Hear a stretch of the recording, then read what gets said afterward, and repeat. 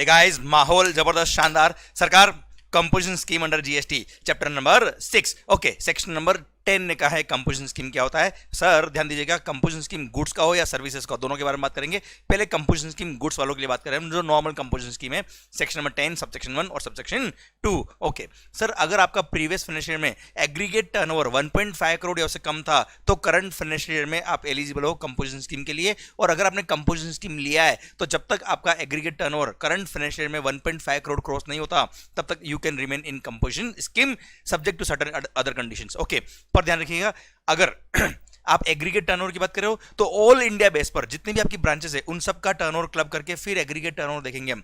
Clear? और हां, अगर आपकी एक भी ब्रांच कंपोजिशन से बाहर, मतलब सारी ब्रांच कंपोजिशन से बाहर, मतलब आपको सेम पेन नंबर पे जितनी भी ब्रांचेस है उन सब पे एक साथ कंपोजिशन लेना है। और अगर एक भी ब्रांच इन एलिजिबल है कंपोजिशन के लिए तो सारी ब्रांच कंपोजिशन से बाहर। ओके सर, नेक्स्ट बात ध्यान रखिएगा, अगर आपका ब्रांच या आपका यूनिट लोकेटेड कहां, स्पेशल कैटेगरी स्टेट में, तो your turnover limit is 75 lakh only. पर हाँ, 3 स्टेट जम्मू एंड कश्मीर, आसाम और हिमाचल प्रदेश, यहां पर 1.5 करोड़ की लिमिट ही है। इसके अलावा जितने भी स्पेशल कैटेगरी स्टेट है, कौन कौन से हैं? अरुणाचल प्रदेश, मिजोरम, त्रिपुरा, मणिपुर, मेघालय, नागालैंड, सिक्किम एंड उत्तराखंड, यहां पर है 75 लाख की लिमिट। बाकी सब जगह कितना है? 1.5 करोड़ का लिमिट है। अच्छा ध्यान रखिएगा, ये जो स्पेशल कैटेगरी स्टेट है, अगर यहां पर आपका कोई एक ब्रांच हुआ तो ऑल इंडिया बेस पे आपका एग्रीगेट टर्नओवर लिमिट 75 लाख ही रहेगा। ध्यान रखिएगा, क्योंकि सर इन स्टेट के एंगल से हम बात करेंगे तो 75 लाख इज द लिमिट, और पूरे इंडिया में जितनी भी ब्रांच है उन सबका टर्नओवर ऐड करके फिर 75 लाख देखेंगे। जैसे 75 लाख क्रॉस हुआ सर, इन स्टेट में जो आपकी ब्रांच है वो कंपोजिशन से बाहर, मतलब पूरे इंडिया में जितनी भी ब्रांच है वो कंपोजिशन से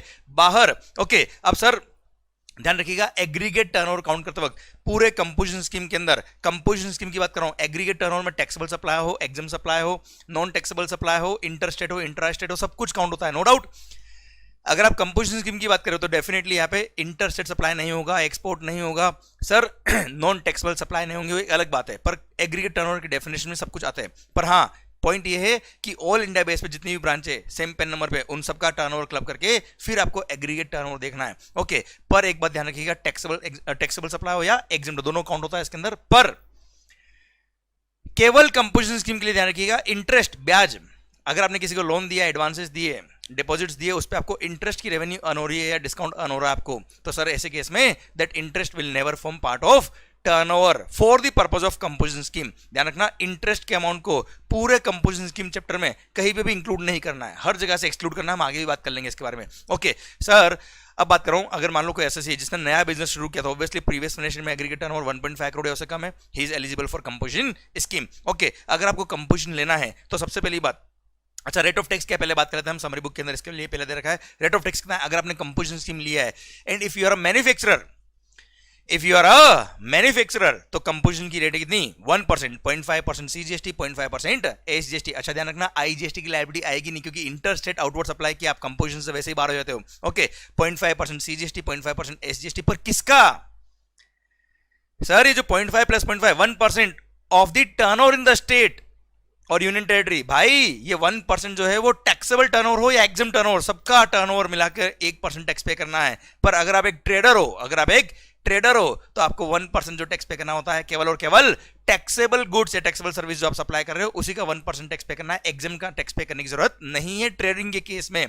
पर अगर आप रेस्टोरेंट या आउटडोर कैटरिंग सर्विस सप्लायर हो तो again rate of tax is 5%, 2.5% plus 2.5% of what? Again turnover in the state. Turnover in the state मतलब टैक्सेबल टर्नओवर हो या एग्जाम टर्नओवर हो, सब कुछ ऐड करना है और उसका 5% आपको टैक्स पे करना पड़ेगा। मतलब केवल ट्रेडर्स के केस में भाई आपको जो 1% टैक्स पे करना है वो केवल टैक्सेबल टर्नओवर का टैक्स पे करना है। अदरवाइज मैन्युफैक्चरर हो या आप रेस्टोरेंट या आउटडोर कैटरिंग सर्विस सप्लायर हो, दोनों के केस में कितना है?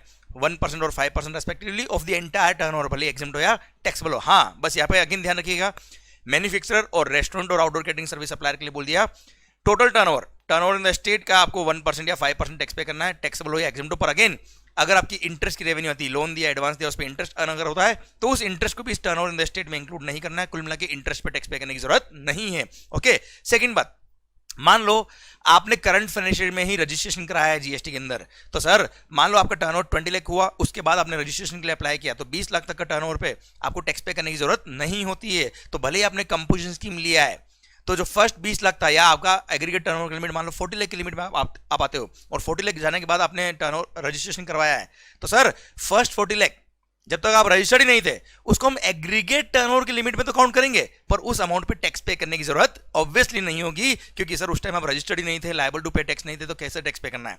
Clear, done, okay. अब सर बात कर रहे हैं हम, अगर आपको कंपोजिशन लेना है तो उसका प्रोसीजर क्या है। सबसे पहली बात, अगर आप नए रजिस्ट्रेशन के लिए अप्लाई करो तो जब आप रजिस्ट्रेशन के फॉर्म फिल करते हो उसी में ऑप्शन आता है do you want to apply for composition scheme, उसमें ऑप्ट कर देना, और जिस दिन से आप रजिस्ट्रेशन आपको मिलता है उसी दिन से आपका कंपोजिशन स्कीम शुरू हो जाता है। सेकंड, अगर आप मान लो एग्जिस्टिंग रजिस्टर्ड पर्सन और कंपोजिशन में आना चाहते हो तो मिड ऑफ द फाइनेंशियल में नहीं आ सकते हो, चेंज ऑफ फाइनेंशियल पे 1 अप्रैल से आप कंपोजिशन में आ सकते हो। उसके लिए भी आपको ईयर बिगनिंग से पहले ही इंटीमेशन देना पड़ेगा in the prescribe form to the department कि मेरे को 1 अप्रैल से कंपोजिशन चाहिए, और आप कंपोजिशन में आ जाओगे 1 अप्रैल से बेटा। Okay, done. अच्छा, एग्जिट फ्रॉम द स्कीम, जैसे ही आपका टर्नओवर लिमिट क्रॉस हो जाएगा आप कंपोजिशन से बाहर, या कुछ हम अभी कंडीशन पढ़ने वाले हैं वो वायलेट किया आपने, या उस कंडीशंस को आप फॉलो नहीं कर पाए कंपोजिशन से बाहर, या आप चाहे तो वॉलंटरी भी कंपोजिशन से बाहर आ सकते हो। ठीक है, वो बात कर लेंगे बाद में हम। अब सर कौन कौन एलिजिबल नहीं है कंपोजिशन स्कीम के लिए, बहुत ही इंपॉर्टेंट पॉइंट है। सबसे पहली बात, अगर आप कंपोजिशन स्कीम की बात कर रहे हो तो you should not be engage in supply of services. अच्छा, पर यहां पर एक बेनिफिट दे दिया है, सुनिए ध्यान से। हम सेक्शन नंबर 10 सबसेक्शन 1 सबसेक्शन 2 की बात कर रहे हैं। गुड्स के सर्विस सप्लायर जो होते हैं, या रेस्टोरेंट या आउटडोर कैटरिंग सर्विस सप्लायर, उनकी बात कर रहा हूं। यहां पे बोल दिया है कि if you are opting for this composition scheme तो you can not be a service supplier except restaurant और आउटडोर कैटरिंग सर्विसेज।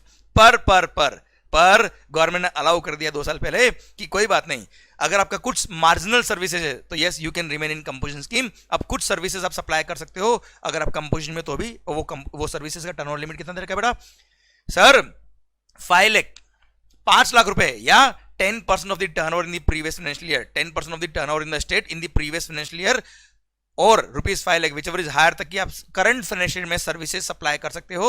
और अगर इस लिमिट तक आपकी सर्विसेज का टर्नओवर है तो you can remain in composition scheme. और जो नॉर्मल रेट ऑफ टैक्स है जो 1% है मैन्युफैक्चरर के केस में, ट्रेडर के केस में 1% है, रेस्टोरेंट और आउटडोर कैटरिंग सर्विस के केस में 5%, उतना नॉर्मल टैक्स पे करे, मस्त रहे बेटा। Clear, done. अच्छा, ध्यान रखिएगा, अगेन यहां पे भी बोल दिया जब प्रीवियस फाइनेंशियल का आप टर्नओवर इन द स्टेट देखेंगे, क्योंकि उसका 10% आपको निकालना पड़ेगा, उस प्रीवियस ईयर के टर्नओवर में भी अगर आपकी इंटरेस्ट की रेवेन्यू आती है तो interest is exempt income. Clear, और आपको पता है एग्जाम सर्विस या टैक्सेबल सर्विस सब कुछ टर्नओवर में इंक्लूड होता है, पर सर इंटरेस्ट की रेवेन्यू को इंक्लूड नहीं करना। सेकंड थिंग, करंट ईयर में जब आप 5 लाख और 10% of the turnover in the previous financial year whichever is higher, जब इतना लिमिट देख रहे हो तो करंट ईयर में भी अगर आपने कोई इंटरेस्ट अर्न किया हो तो वो भी एग्जाम सर्विस है। क्लियर, वैसे वो टर्नओवर में इंक्लूड होती है क्योंकि एग्जाम हो या टैक्सेबल हो, दोनों मिला के 5 लाख तक की, 5 लाख या 10% की सर्विसेज आप दे सकते हो। पर अगेन इंटरेस्ट की रेवेन्यू को इस लिमिट के लिए भी इंक्लूड करने की जरूरत नहीं है। कुल मिला के इंटरेस्ट की रेवेन्यू को पूरे कंपोजिशन में हर जगह से इग्नोर करने का, एक्सक्लूड करने का बेटा। Okay, second restriction, sir you should not be engage in supply of such goods और services which are not leviable to GST, जिसपे जीएसटी लेवी ही नहीं होता है उसमें आप डील नहीं करने चाहिए। क्लियर, जैसे घूम लो और झूम लो, हाँ है ना बेटा। Next, sir you should not be engage in supply of interstate outward supply of goods और सर्विसेज, मतलब आप इंटरस्टेट परचेज कर सकते हो पर interstate outward supply of goods और interstate outward supply of services नहीं कर सकते हो। Next, you should not be engaged in supply of goods और services through such electronic commerce operator जहां पर टीसीएस एप्लीकेबल होता है। और टीसीएस कब एप्लीकेबल होता है बेटा, जब पेमेंट जो आ रहा है वो ईसीओ के अकाउंट में आ रहा है और ईसीओ पीरियडिकली आपका अमाउंट पीरियडिकली सेटल करता है अमाउंट, तो ऐसे केस में वो टीसीएस कलेक्ट करता है बेटा। तो ऐसे केस में बोल दिया है कि वहां पर अगर आप सप्लाई ऑफ गुड्स करते हो या सर्विसेज करते हो ईसीओ के थ्रू जहां पे टीसीएस एप्लीकेबल होता है तो ऐसे केस में आप कंपोजिशन के लिए एलिजिबल नहीं हो। Next, you should not be manufacturer of following 4 goods, ध्यान रखिएगा सर्विस सप्लायर के केस में यहां पे लिखा है सप्लायर नहीं होने चाहिए इन 4 गुड्स के, और यहां पर जो normal section number 10 subsection 1 subsection 2 की जो कंपोजिशन स्कीम है यहां पे लिखा है you should not be manufacturer of following 4 goods. First कौन कौन सा है, आइसक्रीम और एडिबल आइस वेदर और not containing cocoa. Second, sir ध्यान रखिए pan masala, then tobacco based goods and sir cold drinks. सरकार कोल्ड ड्रिंक कौन सी, aerated water containing sweetening material और फ्लेवर्ड। क्लियर, इन गुड्स के अगर आप मैन्युफैक्चरर हो भाई, अगर आप ट्रेडर हो चलेगा, इनके मैन्युफैक्चरर हो तो आप कंपोजिशन के लिए एलिजिबल नहीं हो। अच्छा देखो ना यार, सिंपल किसी की पान की दुकान है बेटा, वो पान मसाला गुटखा टोबैको बेचता ही है, आइसक्रीम की दुकान आपने बहुत सारी देखी होगी बेटा, अगर उन बेचारों को कंपोजिशन नहीं दे तो मर जाएंगे ना यार। इसलिए ऐसे लॉजिकली याद रखा करे कि मैन्युफैक्चरर को मना किया, ट्रेडर को मना नहीं किया है। Okay done. नेक्स्ट कंडीशन है you should not be a casual taxable person, you should not be a non resident taxable person, उन लोगों को कंपोजिशन का बेनिफिट नहीं मिलेगा। क्लियर, नहीं तो नॉर्मल बिजनेसमैन को बहुत बड़ा इंपैक्ट आता नेगेटिव। क्लियर, माहौल डन। ओके, एक सर्कुलर था रिगार्डिंग बेकरी, ये जो आप बेकरी वगैरह जाते हो, केक वगैरह खाते होंगे, पेस्ट्रीज खाते हो, वहां पे अगर ईटिंग जॉइंट बना हुआ है, वहां पे टेबल वगैरह लगे हुए जहां पर आप खड़े होकर या बैठ के सर पेस्ट्री या केक वगैरह खा सकते हो, तो ऐसे केस में उसको मैन्युफैक्चरर नहीं बोलेंगे, उसको हम रेस्टोरेंट सर्विस में कवर करेंगे और वहां 5% टैक्स पे करना पड़ेगा। पर अगर कोई ईटिंग जॉइंट नहीं है, केवल टेक अवे है, तो वो मैन्युफैक्चरर की कैटेगरी में आके केवल 1% टैक्स पे करना होगा उसको। क्लियर माहौल? ओके सरकार, ये हमने पढ़ ली। सेक्शन नंबर 10 सबसेक्शन 2 में जो रेस्ट्रिक्शन दे रखी है कि क्या क्या आपको फॉलो करना पड़ेगा। ओके, अब बात करें रूल में। सर रूल में लिखा है कि क्या क्या कंडीशन आपको फॉलो करनी पड़ेगी। फर्स्ट, सबसे पहली बात, अगर आप कंपोजिशन स्कीम ले रहे हो तो you should not be a casual taxable person, nor you should be a non resident taxable person. Next sir, आपको आपके बिजनेस प्लेस के प्रोमिनेंट प्लेस पे लिखना पड़ेगा composition dealer not eligible, composition taxable person लिखना पड़ेगा। प्लस आप जो इनवॉइस इशू करेंगे वो बिल ऑफ सप्लाई इशू होगा, टैक्स इनवॉइस इशू नहीं कर सकते आप, टैक्स का अमाउंट कस्टमर से कलेक्ट नहीं कर सकते आप, टैक्स बिल पे नहीं लिख सकते, बिल पे आपको मेंशन करना पड़ेगा ये words, composition taxable person not eligible to collect the tax from the customer. Clear? अच्छा, आप पे अगर रिवर्स चार्ज मैकेनिज्म में आपने ऐसा कोई इनवर्स सप्लाई परचेज किया जिसमें रिवर्स चार्ज मैकेनिज्म में रेसिपिएंट पे लायबिलिटी रहती है, तो आपको रिवर्स चार्ज की लायबिलिटी पे करनी पड़ेगी, वो भी नॉर्मल रेट से। मान लो 18% टैक्स है तो 18% टैक्स पे करना पड़ेगा, और टैक्स पे करके उसका क्रेडिट तो मिलता है ही नहीं आपको बेटा। क्लियर? अच्छा, ध्यान रखिएगा कि अगर आपकी 50 ब्रांच है, 50 ब्रांच में एक साथ कंपोजिशन लेना पड़ेगा, एक भी ब्रांच कंपोजिशन से बाहर तो सारी ब्रांच कंपोजिशन से बाहर। अच्छा, आप इनपुट टैक्स क्रेडिट चेन में एंटर नहीं हो सकते, क्योंकि न तो आपको कोई क्रेडिट मिलता है, ना आप कस्टमर को टैक्स इनवॉइस इशू कर पाएंगे, आपके कस्टमर को भी कोई क्रेडिट नहीं मिलेगा।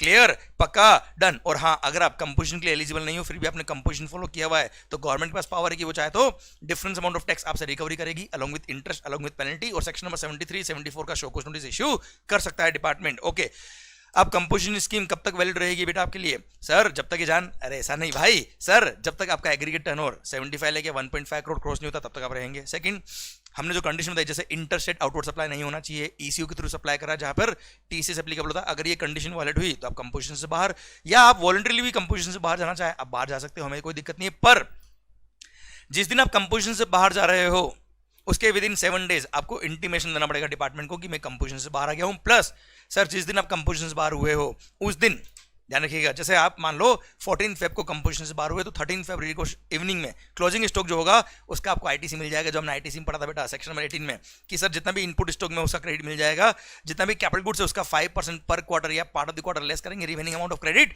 मिल जाएगा। जो ऑलरेडी परचेज करी हुई इनपुट सर्विस उसका कुछ नहीं होगा, इनपुट और कैपिटल गुड्स का क्रेडिट मिलेगा, पर लास्ट एक साल में जो परचेज किया उन्हीं का मिलेगा, उससे पुराने वाले इनपुट और कैपिटल गुड्स का क्रेडिट नहीं मिलता। और इसका stock statement GST ITC 01 number के फॉर्म में विद इन 30 डेज आपको सबमिट करना पड़ेगा। क्लियर? माहौल? भारत माता की जय। सर अब आ रहे composition scheme for service suppliers. Sir simple सी बात है, जो लोग सेक्शन नंबर 10 सबसेक्शन 1 और सबसेक्शन 2 की कंपोजिशन के लिए एलिजिबल नहीं है, मान लो कोई एक्सक्लूसिव सर्विस सप्लायर ही है या सर्विसेज सप्लाई करते हो साथ में कुछ गुड्स भी सप्लाई करते हो, और सर्विसेज का टर्नओवर प्रीवियस ईयर का टर्नओवर जो था आपका उसका 10% या 5 लाख विच एवर हायर से ज्यादा है आपका बेटा, तो ऐसे केस में you are not eligible for section number 10 subsection 1 और सबसेक्शन 2 वाला कंपोजिशन स्कीम। तो ऐसे केस में सबसेक्शन 2A ने सर्विस सप्लायर्स के लिए कंपोजिशन स्कीम दिया। अच्छा, बोला जाता है सर्विस सप्लायर का कंपोजिशन स्कीम पर you can be supplier of goods also along with the services. Okay, अब सर बात कही क्या सर टर्नओवर लिमिट क्या है? अगर आपका प्रीवियस फाइनेंशियल का एग्रीगेट टर्नओवर 50 लाख या उससे कम है तो आप करंट ईयर में ये स्कीम ले सकते हो। ये स्कीम अगर लिया है तो जब तक कि आपका एग्रीगेट टर्नओवर 50 लाख क्रॉस नहीं होता तब तक आप कंपोजिशन स्कीम में रह सकते हो। और अगर आपने कंपोजिशन स्कीम लिया है तो ध्यान रखिएगा कितना टैक्स पे करना है। उससे पहले एक बात और, अगेन एग्रीगेट टर्नओवर की लिमिट में सर इंटरेस्ट की इनकम अगर आपकी होती है तो उसको इंक्लूड नहीं करना। पर हाँ ध्यान रखिएगा, जैसे आपने करंट ईयर में नया बिजनेस शुरू किया है, आप जीएसटी में रजिस्टर्ड नहीं हो, तो जिस दिन तक आप रजिस्टर्ड नहीं हो उस टर्नओवर को एग्रीगेट टर्नओवर में तो इंक्लूड करना है, पर जब टैक्स पे करने की बात आएगी उस अमाउंट पे टैक्स पे करने की बात ऑब्वियसली नहीं आएगी, क्योंकि उस टाइम आप रजिस्टर्ड ही नहीं थे, you are not liable to register at all, tax pay करने की जरूरत नहीं है। ओके, अब अगर आपने कंपोजिशन लिया तो टैक्स कितना सर यहाँ पे कितना 6%, 3% सीजीएसटी, 3% एसजीएसटी, आपको टोटल कितना पे करना पड़ेगा 6% ऑफ व्हाट?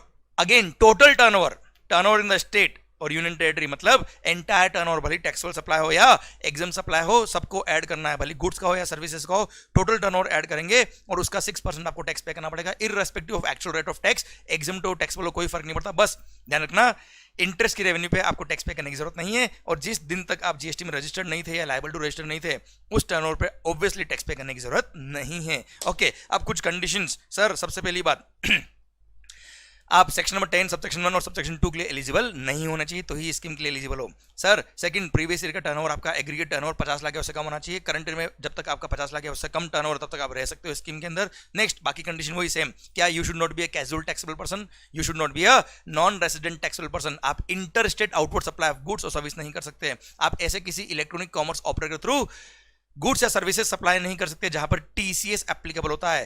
क्लियर? सर आप ऐसे कोई गुड्स या सर्विसेज सप्लाई नहीं कर सकते हो which are not leviable to GST. अच्छा ध्यान रखिएगा, नेक्स्ट पॉइंट क्या है?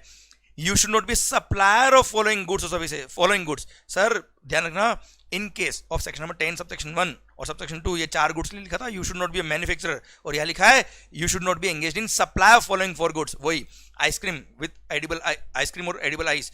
सर वेदर और not containing cocoa, pan masala, tobacco based goods and aerated water with sweetening material, मतलब वो Pepsi, Thums Up, Coca Cola etcetera माहौल। सरकार इन गुड्स के आप सप्लायर नहीं होने चाहिए अगर आप कंपोजिशन स्कीम ले रहे हो, सर्विसेज वाला सेक्शन नंबर 10 सबसेक्शन 2A वाला। ओके अच्छा, बाकी सब पॉइंट वही है। बिल ऑफ सप्लाई इशू करना पड़ेगा, टैक्स इनवॉइस इशू नहीं कर सकते। You can not collect the tax from the customer, आपको कोई आईटीसी नहीं मिलेगा।